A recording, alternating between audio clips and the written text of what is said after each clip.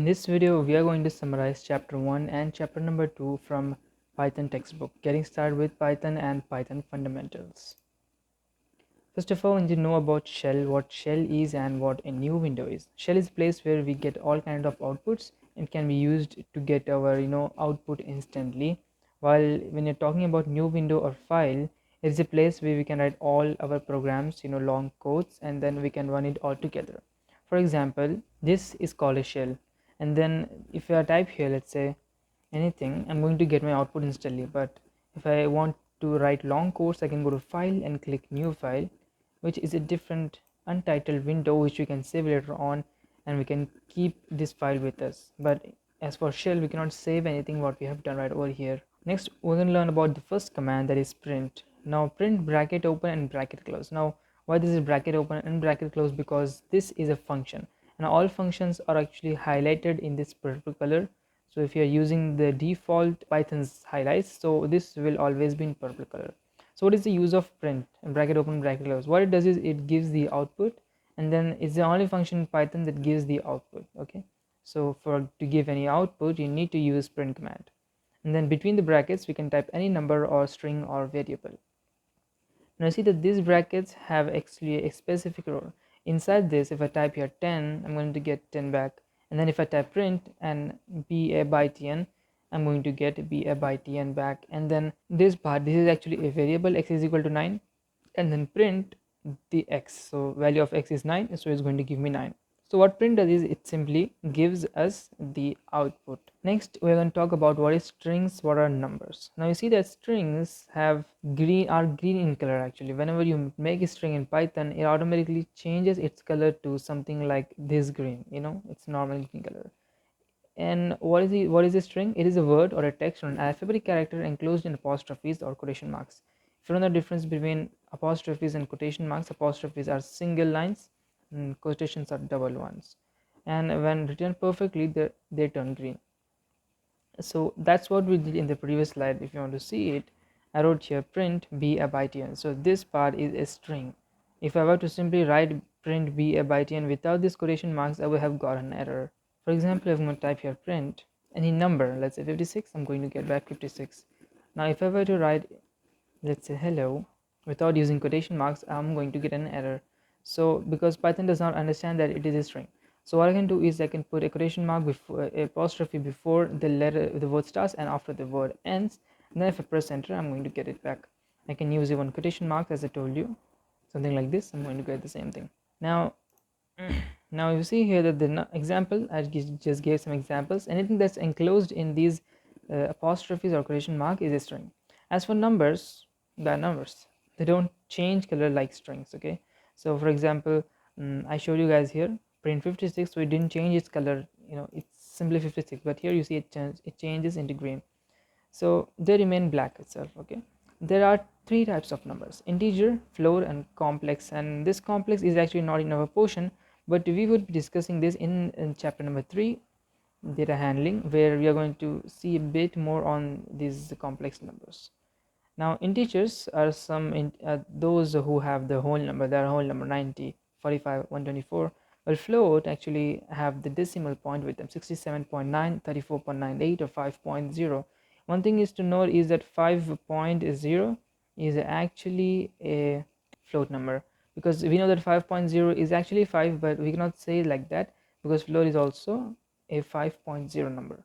Next up, we have the print techniques. Now we saw how can we print stuff, but there are three different ways how we can print in different ways. Actually, number one is using the /n, and what it does is print the data at its right in the next line. For example, if I type something like this, print bracket open apostrophe b and then /n united.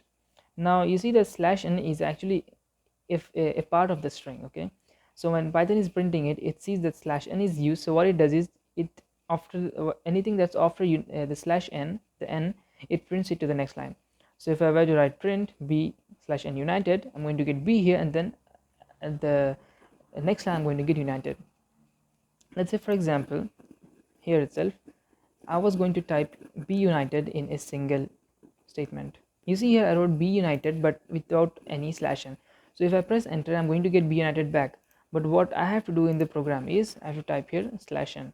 So what happens is this part is going to come in the next line. Okay, next we're going to talk about separate. SEP is equal to 2 quotation marks. Now separate the data values with the data given after is equal to in SEP. Actually, if you are having some confusion with the brackets, I'm going to explain you now. Print, I have eat comma sleep comma repeat. Okay, so this word eat is a different data value, sleep is a different data value, repeat is a different data value. Why am I saying is as a different data value is because let me show you here. If I type here print, now you see here I wrote good morning sir. If I were to press enter, no problem, because I'm simply going to print them.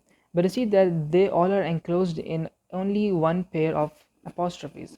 But what if I write something like this one? Alright, so here you see that I have good comma morning comma sir. Now what happens here is I have separated them. See, for the one word I have given one pair of apostrophes, for another word I have given different, so we have totally 3 pair of apostrophes. If I'm to press enter, there is no difference, I'm going to get the same output. But one thing I need to know, when I'm going to create different data values, what I have to do is I separate them with a comma. This should be very important. This should be, the base of printing. You know how to separate them with commas. So that's what I did here. And then what I did is comma SEP is equal to, and I created a different string. This is a string because it is in green color, and then an arrow mark. Okay, so what SEP does is, look, SEP is short for separate.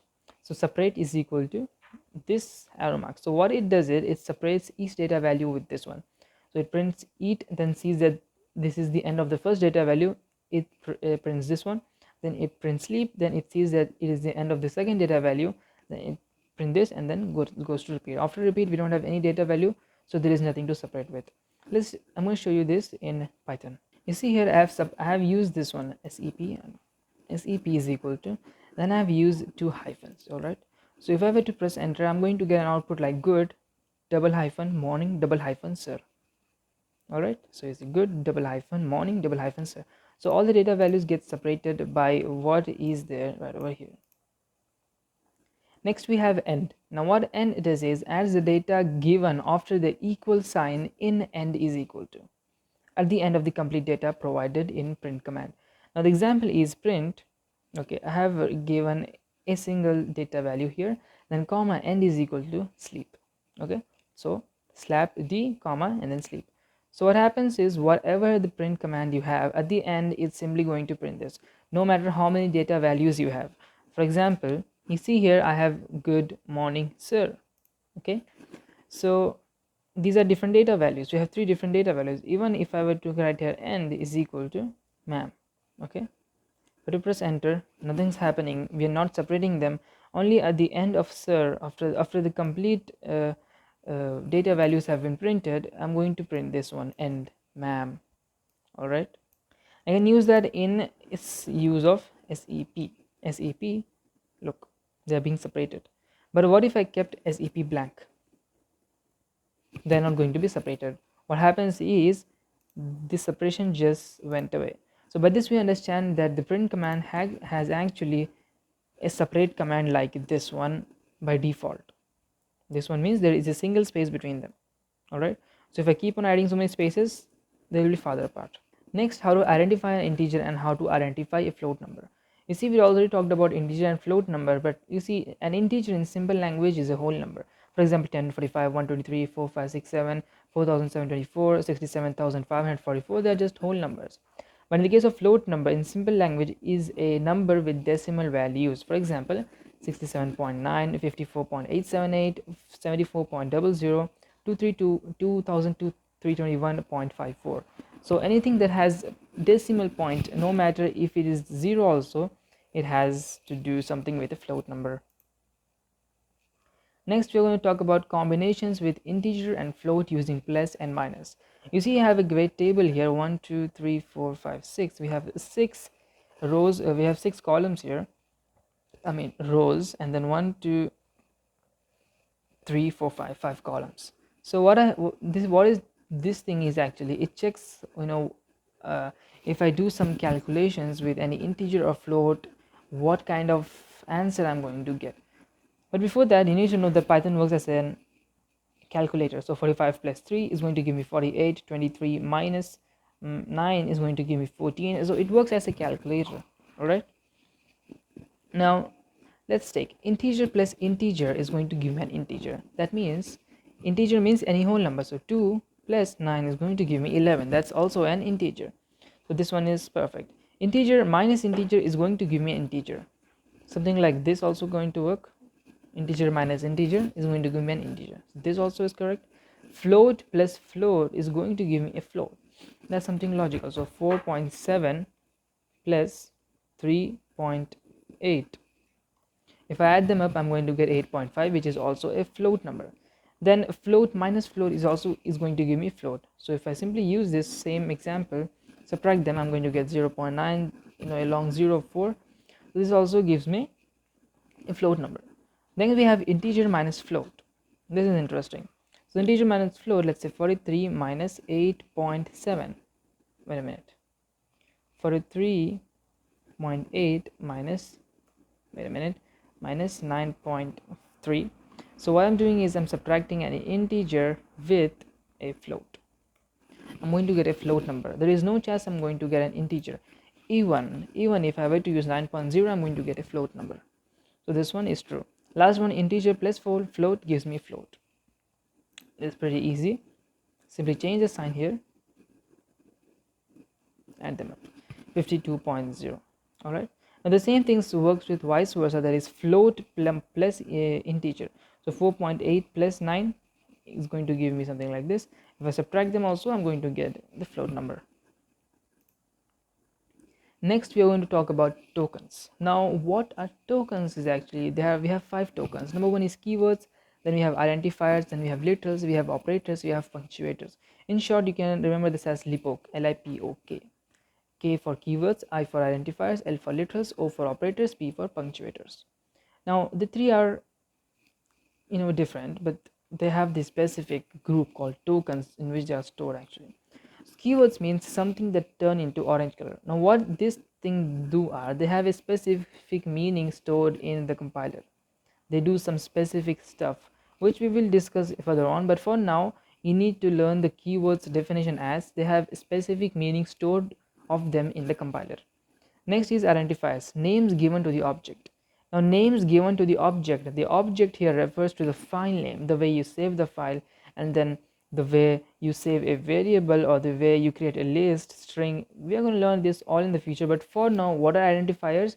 They are the names given to the object, where object refers to any variable, any list, any dictionary, any string, or even the file name. Then we have literals. Literals have a fixed value. Of course, fixed value means anything that's numerical or any text that we cannot change anything. Like say 45 is a literal. Okay. Then we have operators, trigger any computation, which we are going to learn in the next slide. And then we have punctuators. Okay. So punctuators contain this hash. We have backslash, we have 2 curve brackets, we have 2 square brackets, we have 2 flower brackets, or whatever you call them.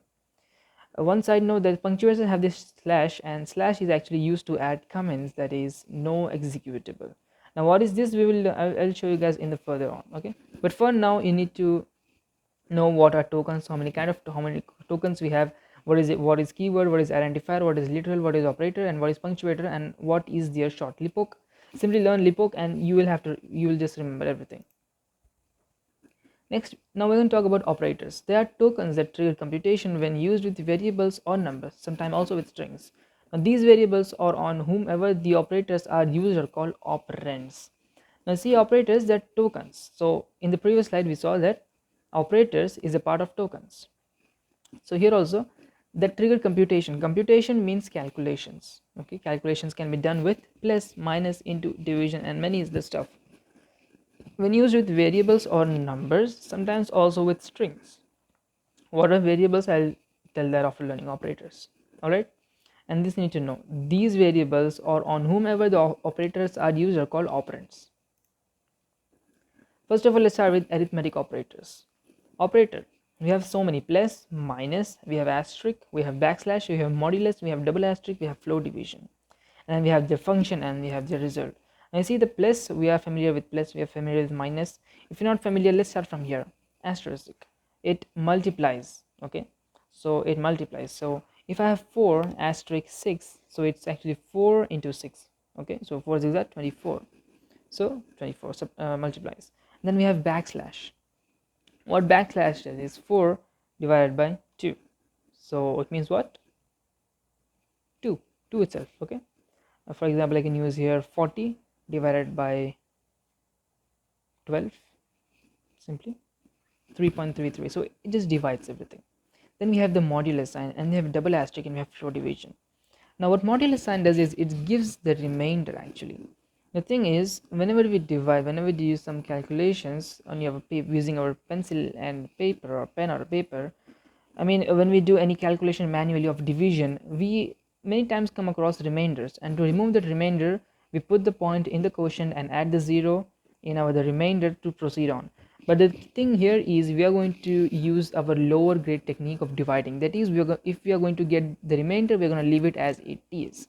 For example, when you do 5 divided by 2, what happens is you get the remainder as 1, and you leave it as it is, and the quotient is 2 and the remainder is 1.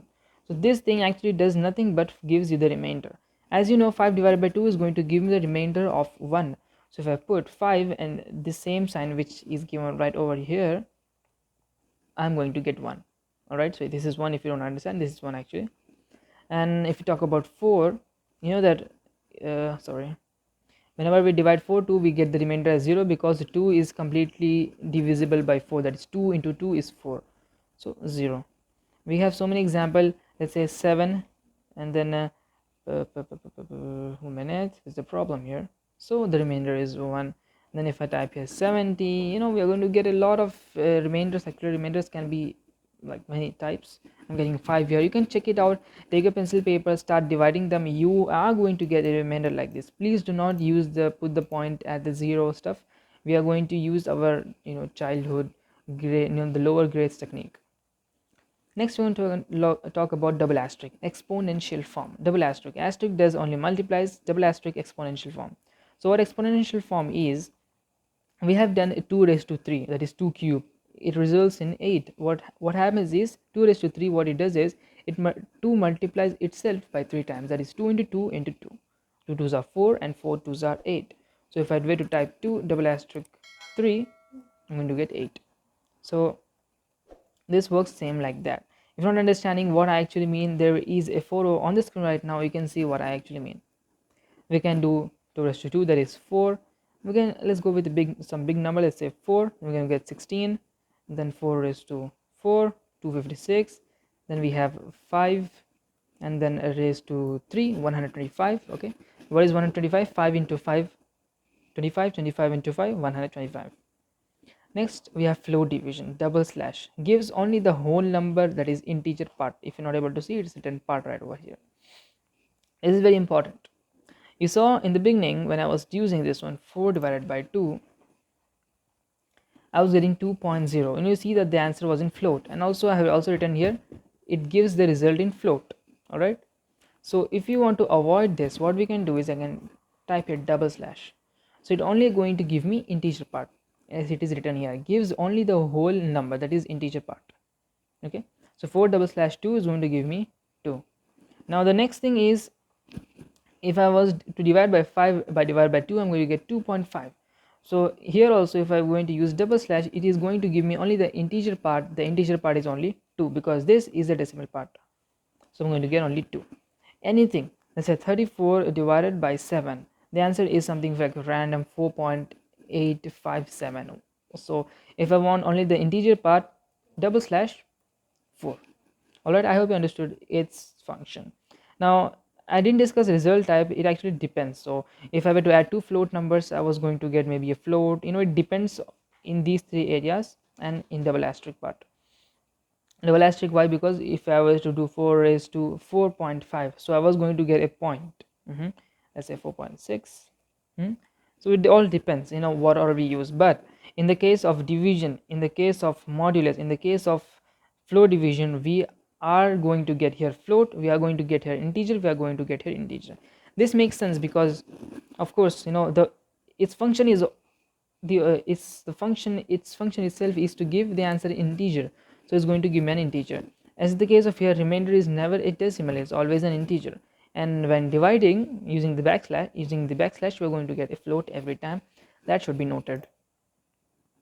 Arithmetic operator with strings. Previously we were doing with numbers. Now it's time to actually go with strings. You see there's a lot of na except for one thing.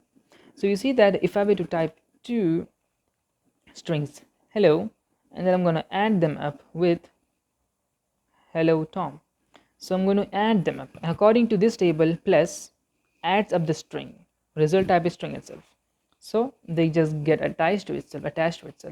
Okay, and minus does not do anything, asterisk also does not, backslash, modulus, these all are useless in when we are talking about strings, when you're talking about arithmetic operators with strings. All right,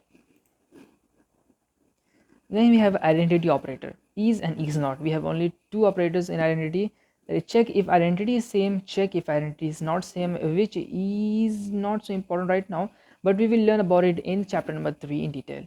Next we have membership operator, in and not in. Check if left hand value in right hand value, and check if left hand value not in right hand value. Now this is something very hard to explain it over here maybe, but in the next chapter we are going to learn this also in detail. For now we need not to learn anything about this. Next we have relation operator, which we are going to discuss right now, and then we have logical operator. Now you see the relational operator, we have less sign, greater sign, less than equal to, greater than equal to, and double equal to. I'm so sorry if you're not able to see this, but it is double equal to. We have also given the functions, and then we have operator, logical operator, which I'm going to tell you later on. First of all, we are going to concentrate on relational operators. Less sign checks if less than. Now see, if 45 less than 2, is it true or not? It's not true, so it's going to give me false. Okay, and if we type here 298, of course it's true, because 45 is less than 298, so it's going to give me true. That's the only function of this one. Greater sign does the same, but it's opposite, so instead of giving me true, it's going to give me false now, and instead of give me false here, it's going to give me true. See, just compares, and the only answer is false or true when we are doing with relation operators. So whenever you use relation operator for execution, the only output you are going to get is either false or either true. Then we have less than equal to. That is, if I were to write 45 less than equal to 45 itself. Okay, so it checks both of them. Is 45 less than 45? No. But is 45 equal to 45? Yes. So it's going to give me true itself. Okay, so either one. If either one is true, I'm going to get true. So priority is given to true. If one is false, one is true, our answer is true. And the same thing happens if I'm going to use the greater sign here. 45 greater than equal to 45, true. Let's take another number. Let's say 56 less than equal to 90. So 56 less than 90, yes, true. Is 56 equal to 90? No, but we have a true here, so priority given to true, that is true answer. Same thing we can do with greater sign. Is 56 greater than 90? Of course no, false. Is 56 equal to 90? False. So false, we're going to get false. Then we have double equal, check if completely equaled. Now you see that even I was doing this one, 56 less than equal to 90, I was getting true. But if now I use 56 double equal to 90, I'm going to get false, because here is going to be a perfect matchup with these both integers. So 45 double equal to 45, sorry, 56 double equal to 56, true. Okay, so it's a perfect matchup. Next we have logical operators, and or, logical and logical or. This also will be taught in the next chapter, data handling. Next we have creating variables. Now we have been doing so many things here. You see here, you have been doing some calculations. I had some strings here over here. Where are the strings? Yeah, hello Tom, but we were not able to store them in any particular place. Okay, so if you want to see that, you need to go back here or simply type it again here. So we need something to store, the values in. So that's why variable is created. Variables are used to store a piece of data. Variables are created like this. So this is the syntax means the default thing. So variable name is equal to the value, so you can create any variable name. It is case sensitive, that is small a and capital A are different. So small a is different, capital A is different. I can write, I'll show you. Rules, we have 3 rules. Can't start with a number but can contain a number. Can't contain special characters except for underscore. Can't be a keyword. If you don't know what keyword is, keyword with those orange colors which have a specific meaning stored in the compiler. Example I have also given here: a is equal to 15, name is equal to Tommy, salary is equal to I don't know, 9 million, I guess 9.8 million. Let's take them out. So let's say I can create a variable by using any alphabet. Okay, a is equal to 89. Okay, so if I want to print a, so I can type a print bracket open bracket closed 89. So what happened is print a, so we stored the value of 89 in small a. Now if I were to use capital A is equal to 7, I'm going to type here print capital A, I'm going to get 7. So the value of a small a is different from capital A. Okay, they both are different. Python sees them differently. Now I can even store strings in that. We stored here integers, we can store strings also. Let's say YouTube yt is equal to x side byte. All right, if I were to press enter and then print yt, I'm going to get x side byte. All right, so one thing also I want to show you, if a is equal to 87 and then I write here b is equal to 3, I can do one thing is I can write here print a plus b. So what happens is it takes a, it takes b, and it adds them up. So 87 plus 3 is 90. I'm going to get the back 90. Even I can do something like, let me just, yeah, a is equal to 87, b is equal to 3. I can write c is equal to a plus b, and then if I print c, I'm going to get the same thing. You see, 90. That's the use of variables. Variables are very awesome. So let's check out this rule. Can't start with a number but can contain a number. So if I write 1n is equal to 8, I'm going to get an error. But instead of that, if I were to type n1, it works. Alright, so if I have to print n1, I'm going to get 8. Alright, I'm sorry, yeah. Alright, so that rule is true. Next rule we have, can't contain special characters except for underscore.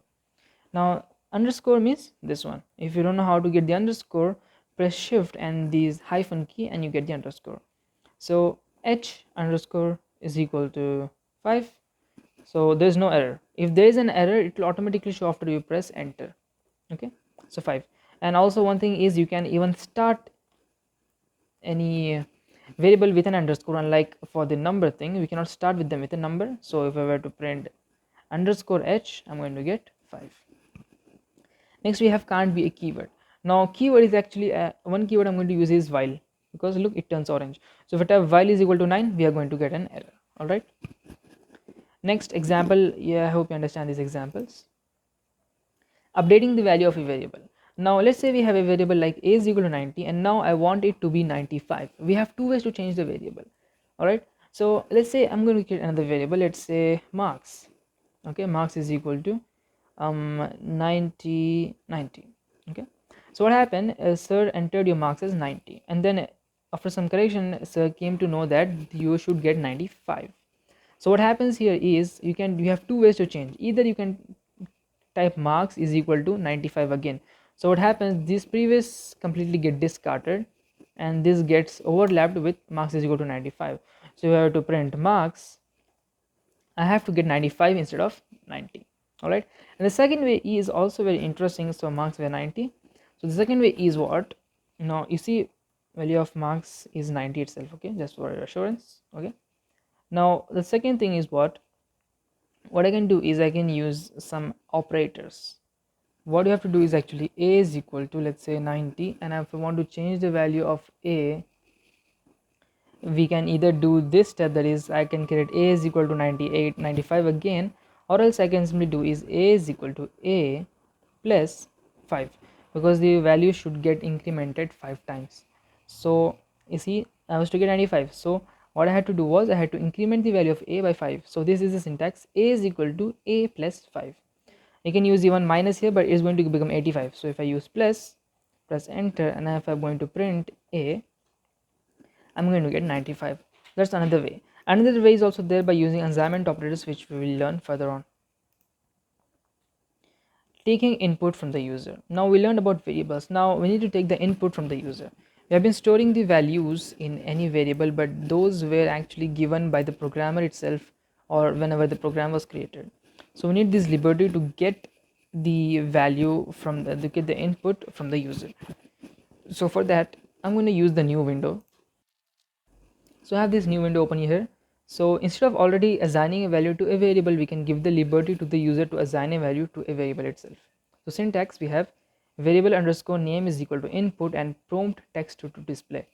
Now variable name, let's create a variable. Now let's say name is equal to, then input, and then we have bracket open, we have bracket close. Now inside we have to give the prompt text to display. The text to display means we should know the user what he or she have to type in here.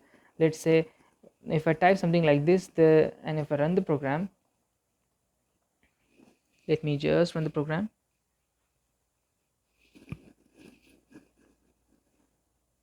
You see here it's going to ask me name. It's in a wait, so I'm going to type here my name, let's say. Okay, so what happens was the excite byte, this word simply got stored in a variable name. If you're not believing me, I'm going to simply print name here. Okay, so I got this excite byte. So what happened, this got stored in it. Okay, so there is actually no use of this one except to let the user know what they have to let's say write in to store in the variable. All right, next example I gave you, a is equal to input, please enter your name. The above example store the data in the variable a as a string. This is very important. B is equal to integer, this int is short for integer input, please enter your age. To take any number as input, then place input syntax between integer int. So let's say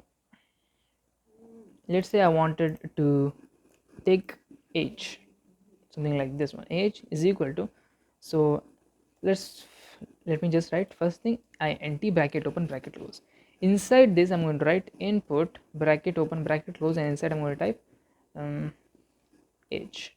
Let's say simply enter age. All right, so what happened was till this part whatever the number I input is still a string, but when this int comes, it converts that number to actually a integer. So if I simply run the program, type here 18. Okay, so what happened was print age, let me just print age here, print age, so it's 18. So this thing is actually an integer. Now how I know it's an integer is simply I can add them up, because we know wait a minute, yeah, because we know that we cannot add a string with a number, so we know that we can add integer with an integer. So 18 plus 1 is going to be 19. But if I were to do the same thing when I was using string, for example when I remove this thing, okay, so it's taking as a string and it's storing age as a string. So if I type 18, and here if I were to write age plus 1, I'm going to get an error, cannot add a string with an integer. All right, so next thing we have giving output along with taking input.